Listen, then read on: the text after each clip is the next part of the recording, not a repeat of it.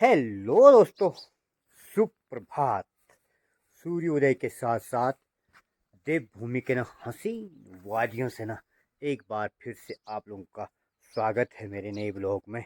तो आज मेरा कपाव ऐसा है क्या? नहीं ऐसा है ना, कहीं दूर बिरादरी में थोड़ा घाटा हो गया है। इसकी वजह से अब कपाव में कुछ नहीं देखोगे और मैं पहला भी नहीं बोल सकता और ढोक भेंट नहीं होती है। तो इसलिए मतलब सुप्रभात बोल रहा हूँ, गुड मॉर्निंग बोल रहा हूँ। तो कर लेते हैं शुरुआत।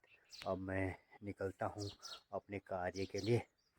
अब यहाँ पर मैंने अपने भाना बर्तन वल्ला पल्ला सब कुछ तैयार कर ही दिया है।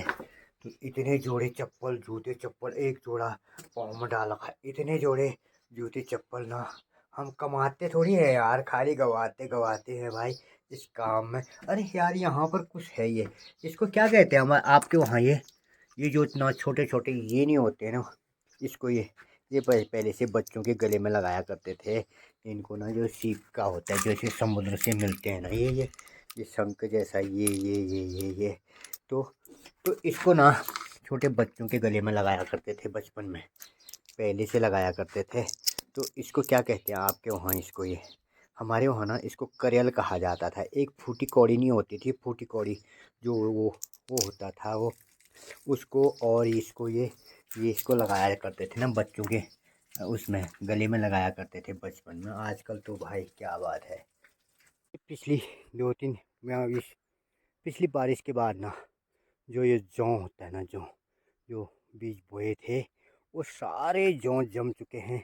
एक डाली के जौ ऐसे हो चुके हैं, दूसरे अब भी जम रहे हैं। ये देखिए ना, पूरे जौ जम चुके हैं। ये ऐसे ऐसे एक तो होने के कगार में है, काटने के कगार में है, एक अब भी जम रहे हैं यार। ये देखिए ना, बारिश ना होने की वजह से तो भाई जी यहाँ पर फिनाक जी का मंदिर है। तो मैंने आज देखा ना, इस फाल्गुन के महीने में ना आज की 22 तारीख हो चुकी है, मतलब इस फरवरी के। अभी भी ना यहाँ पर तुषार पड़ा है, तुषार जिसको तुषार कहते हैं।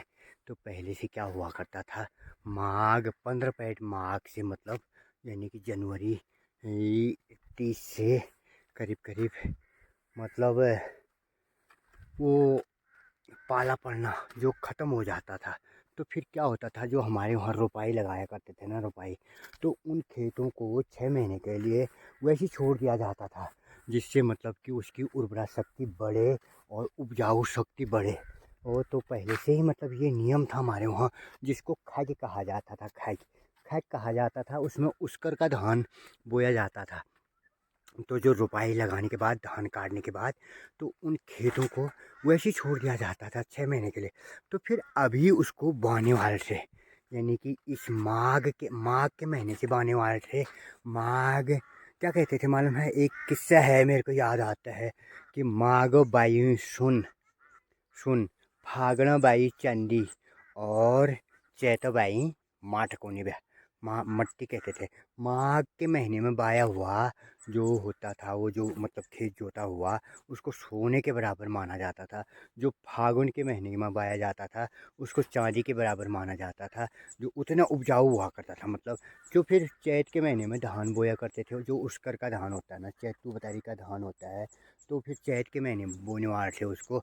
तो चैत के महीने में जो अगर बाया गया तो उसको ना तो फिर मिट्टी कहा जाता था, क्योंकि उसमें वो जो क्षमता बनती थी ना, जैसे हम ना किसी चीज़ को मतलब जैसे आटा गूँथ के रख देते हैं 5-7 मिनट या 5-10 मिनट, तो रख देते हैं ऐसे। मतलब जो जोता हुआ खेत को रख दिया, पलटी किया हुआ खेत को रख दिया, तो उसके बाद क्या हुआ था होता था मतलब उसमें कि वो क्या कहते हैं, मतलब उपजाऊ उर्वरा शक्ति बढ़ जाने वाली थी। तो इसलिए मतलब उसको जोत के रख देने वाले थे 3 महीने, माघ फागण चैत। चैत के महीने में धान बोया करते थे, जब वो मिट्टी फर्रकन हो जाती थी। तो अब तो कहाँ धान बोना है, कहाँ रुपाई लगाना है। तो आधा सा यहाँ धूप आई हुई है, आधी में नहीं आई हुई है। ये पूरा खेत जो था ना, ये पूरा खेत इसमें रुपाई लगाए करते थे। अब तो पानी भी विलुप्त हो चुका है, पानी भी सूख गया है, तो कहाँ से रुपाई लगने का नाम ही नहीं है। रुपाई किसको कहते हैं उसको जानते नहीं है। वो धान भी ना 2 प्रकार के धान हुआ करते हैं, 2 प्रकार के।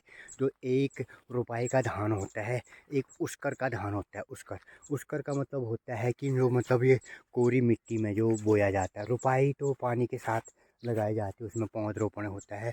जो कोरी मिट्टी के साथ मतलब जैसे ये कोरा, जैसे ना सूखे में बोया गया, तो उसको उस्कर कहा जा सकता है।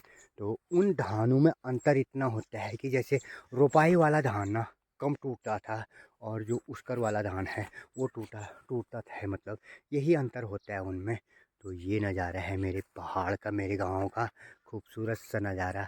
हसीन वादियों यानी कि पहाड़ के बीचों बीच बसा हुआ मेरा गांव ना, खूबसूरत सा गांव। देखिए ना, सब लोग है जो हमारा वो पानी का उतना बड़ा जर्किन वो कंधे में लाता हुआ, जो नौले से ही हम लोग ना, नौले से ही पानी पीते हैं।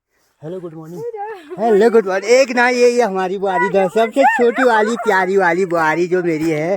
तो मेरे पीछे से ना छुप छुप के इसने मेरे को ना अजगा दिया, अजगा दिया। ये भी पानी लेके आ रही है।